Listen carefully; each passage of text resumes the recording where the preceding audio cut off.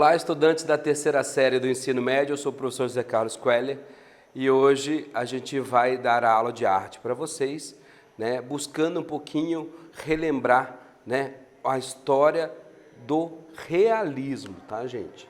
Então, quais são os objetivos da aula de hoje? Traçar as principais características do realismo e sua influência nas artes plásticas, dando ênfase à pintura e seus artistas. A gente tem muita coisa para falar sobre o realismo, até da própria arquitetura, que é muito complexa, onde que aparecem as ferragens à mostra, a Torre Eiffel, por aí vai, né? Fora que você tem aí o professor de português para falar bastante coisa sobre literatura realista, que é muito importante também. Tá? Então, assim, você já ouviu falar em realismo? Claro que você já ouviu falar, né? Tem a ver com realidade, isso mesmo. Quando se fala em realismo, o que vem à mente? Algo real. Então vamos prosseguir a aula hoje. Contexto histórico do realismo, pessoal. Em meados do século XIX, era o início da Era Moderna. Surgimento da locomotiva, as indústrias, as cidades, né, se modificando. A gente começa com o ponto do próprio Paris, né, que era uma cidade de ruas estreitas, e ela se modificou, virou uma cidade de avenidas largas, né? Então há essa grande mudança também arquitetônica nas cidades, né? A Revolução Industrial, aquilo ali fazia girar tudo de uma maneira diferenciada, tá? Então, assim, quando ocorre a segunda Revolução Industrial, o crescimento da urbanização, assim como a poluição nas grandes cidades e demais problemas urbanos.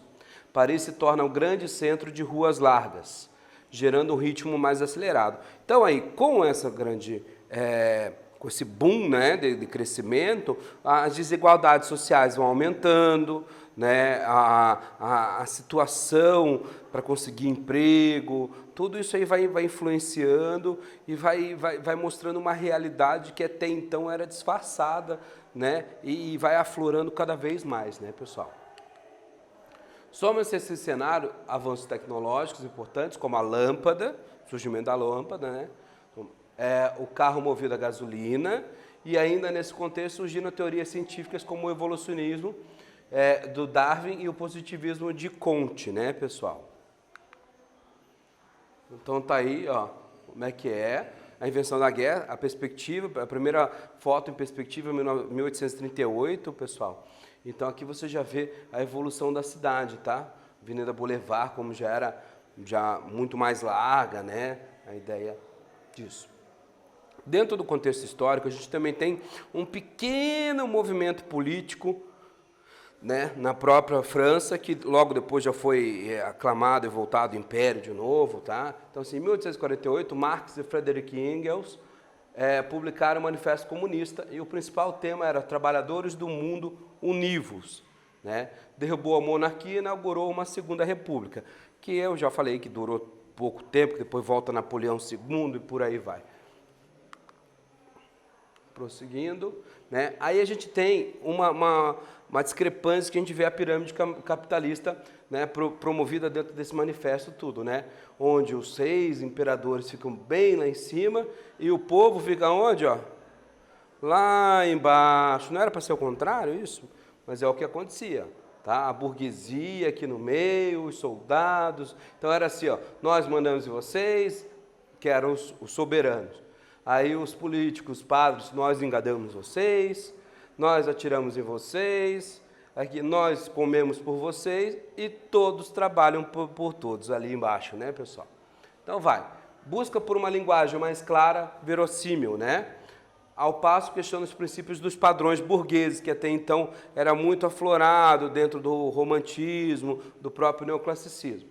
Vão incorporar o rude, a fealdade, isso é importantíssimo. Porque todo aquele ideal de beleza, tudo não vai ter mais. A vulgaridade dos tipos que pintavam. Quase levando esses tipos a heróis. Isso vai ser bem bacana. Sóbrio e minucioso. A velocidade e a contemporaneidade, tá, pessoal?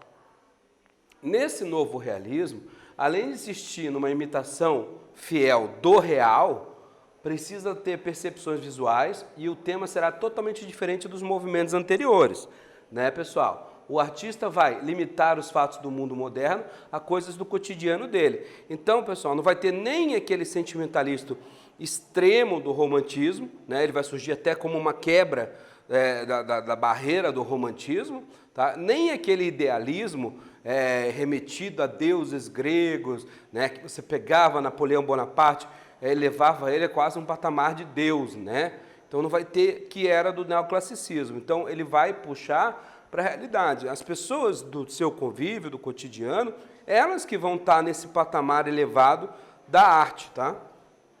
Real na aparência e no tema. Opa. Características. Já falei algumas aqui, então. Ó. Representação da realidade com a mesma objetividade com que um cientista estuda um fenômeno da natureza. Ao artista não cabe melhorar a imagem, então ele vai retratar o que ele está vendo, tá? Artisticamente da natureza, pois a beleza está na realidade tal qual ela é. Aspectos mais característicos e expressivos da realidade. Tudo focado para a realidade. Esse é o principal ponto, pessoal.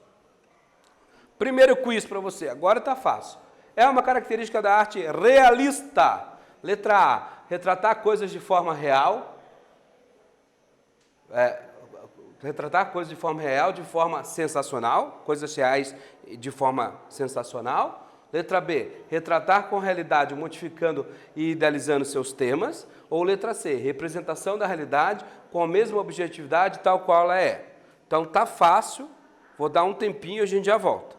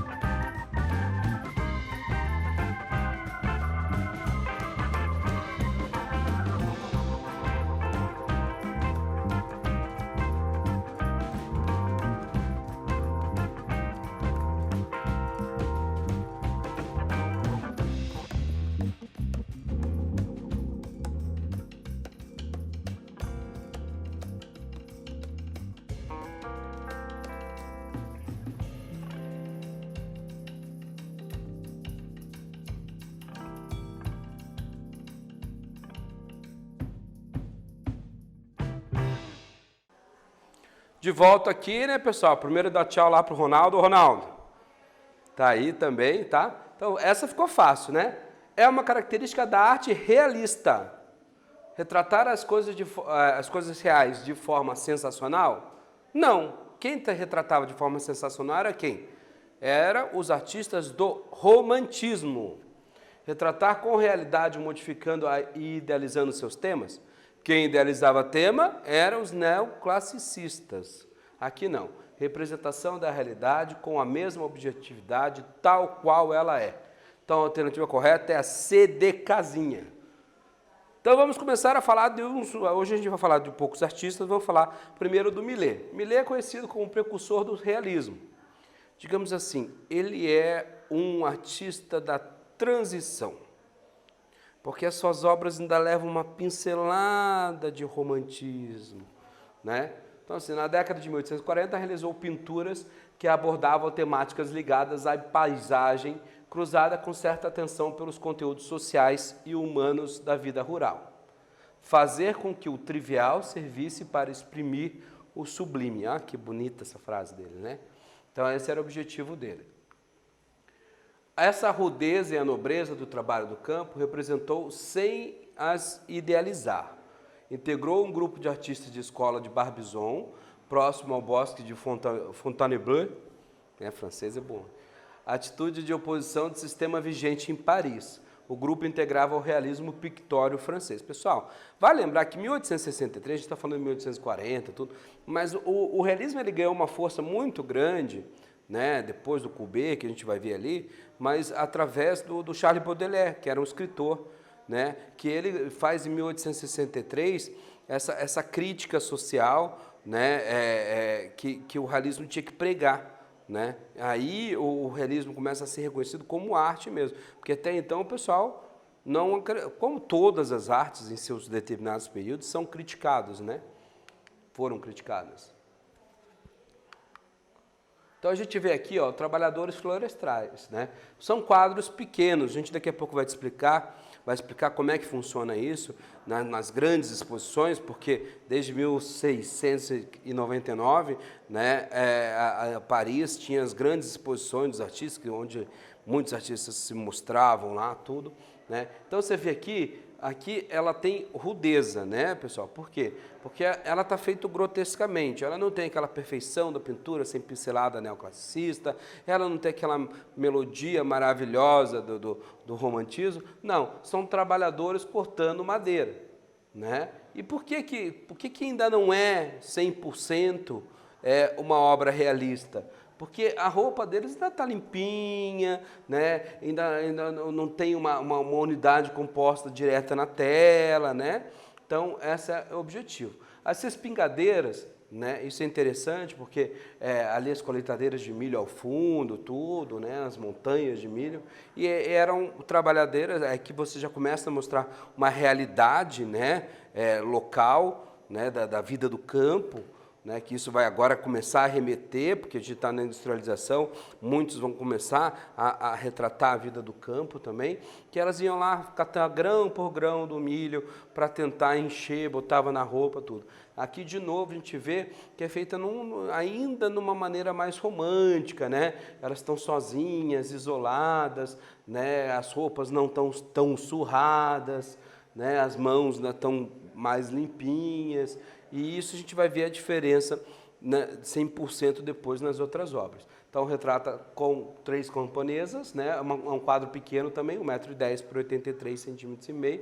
Né? Então, ali você já percebe que, assim, depois a gente vai ver mais a fundo. Mas, no museu, temas importantes, quadros grandes. Temas mais simples, quadros pequenos, né? Aqui mais uma também, né? Memória da infância, né? O Ângelus, que era uma missa, e ele vai remeter, tá vendo, pessoal? Ele não está inventando nada, ele está reproduzindo o que ele via. Aí aqui ele retrata essa vida do campo de novo, e Ângelus é a hora da reza, né? Então diz que quando ele era pequeno no campo, a mãe chegava às 6 horas, a mãe tinha que reunir todo mundo para sentarem e rezarem, né? E dar as mãos para depois voltar à labuta, né? Ao trabalho.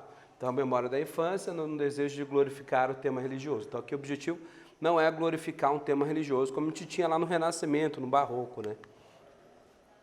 Plantadores de batata também interessante. Aqui você já começa a ver uma roupa mais surrada, né? Uma paisagem mais simples, né, dos plantadores de batata. Então vamos lá à segunda questão, segundo quiz. Tema que representa as pessoas do povo, porém ainda há um romantismo. Seu assunto é o trabalho árduo. Mulheres que saíam do campo depois da colheita, catando pedaços de milho e caíam. Trata-se de qual obra do Millet? Olha, essa é fácil. Letra A, As Respingadeiras, de 1857. Letra B, Ângelus, de 1857 também. Ou letra C, Trabalhadores Florestais, de 1852. Vou dar um tempinho, tomar uma água, a gente já volta.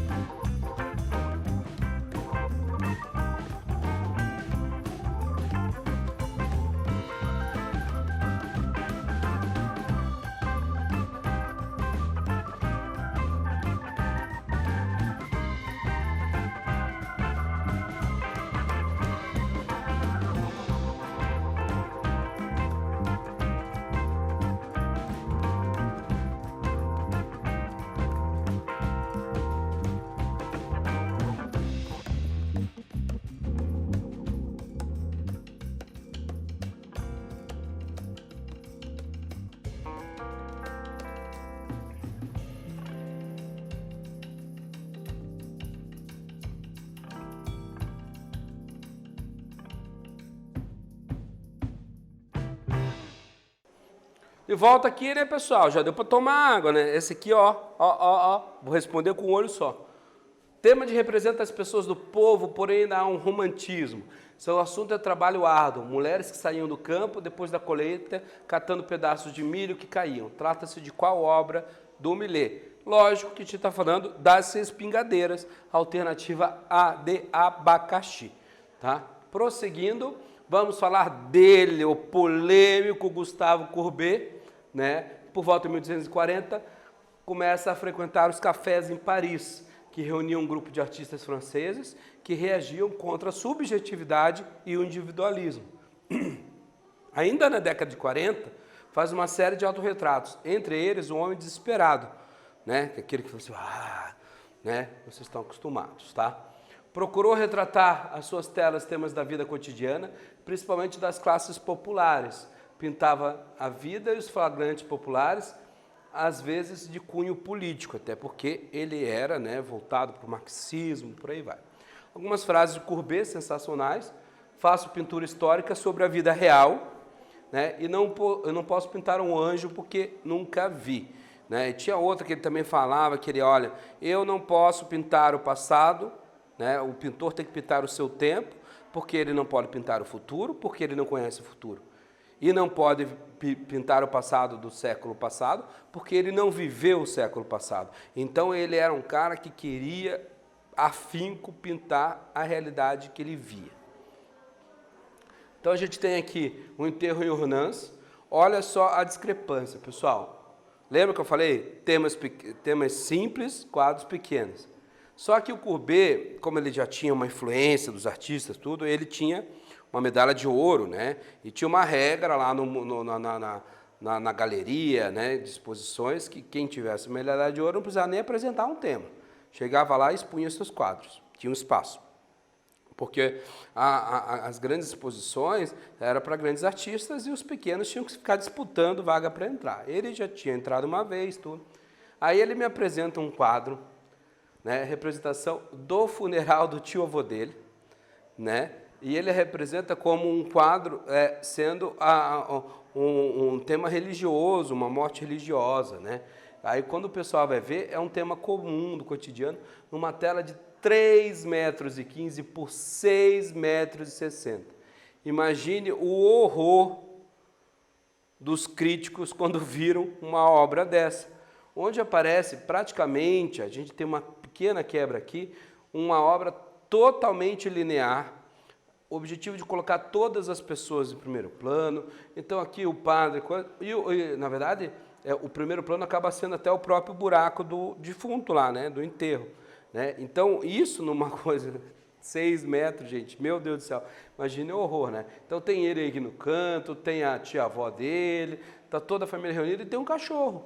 Lá no Renascimento, no Barroco, eles tinham cada animal colocado tinha um sentido próprio. Aqui não. É o cachorro, aquele cachorro de cemitério que fica andando, né? Não sei se para pegar alguns ossos, sei lá, né? Simplesmente lá e a cara dele, ó, olhando por que tanta gente em volta. Tá? Aqui está errado o nome, né? Mas é o autorretrato, tá? Como a gente botou na mesma imagem. Tá aí, né? 45, é o Homem Desesperado. Já é o próprio autorretrato dele mais novo, né? Como a gente falou, que ele tinha feito, né?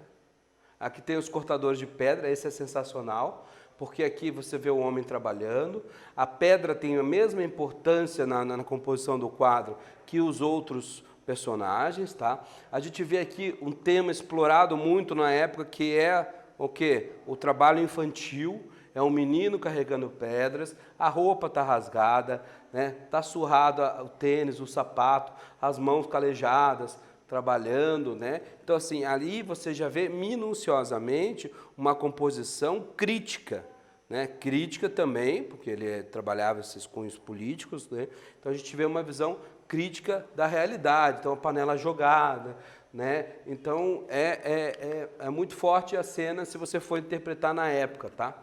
E a gente chega aqui, pessoal, na Exposição Universal, né, que, assim, essa Exposição Universal acontecia de tanto tempo, e o Courbet foi proibido de levar. Ele quis levar as obras dele. Não, essas obras comuns não podem entrar. Aí o que ele fez, ó, no Palácio Belas Artes de Paris? Ele fez a exposição do Courbet, que apresentou 14 telas para a Exposição Universal e criou o pavilhão do realismo, porque ele queria levar umas obras, não deixaram, ele foi do lado lá e montou um pavilhão do realismo, onde ele expôs 40 quadros deles no estilo realista, e foi um escândalo novamente, né? Mas ficou muito famoso, que a gente tem até foto hoje. Olha que maravilha, né? Então, última questãozinha para você, escreva sobre o Courbet e sua história na Exposição Universal e seu pavilhão do realismo. Então, falar o que aconteceu, que ele foi proibido de expor as obras, só queriam que ele expusesse o mínimo possível, e ele queria expor todas as maravilhas que ele fez, né? Então é fácil para você colocar aí. Vou dar um tempinho e a gente já volta em definitivo.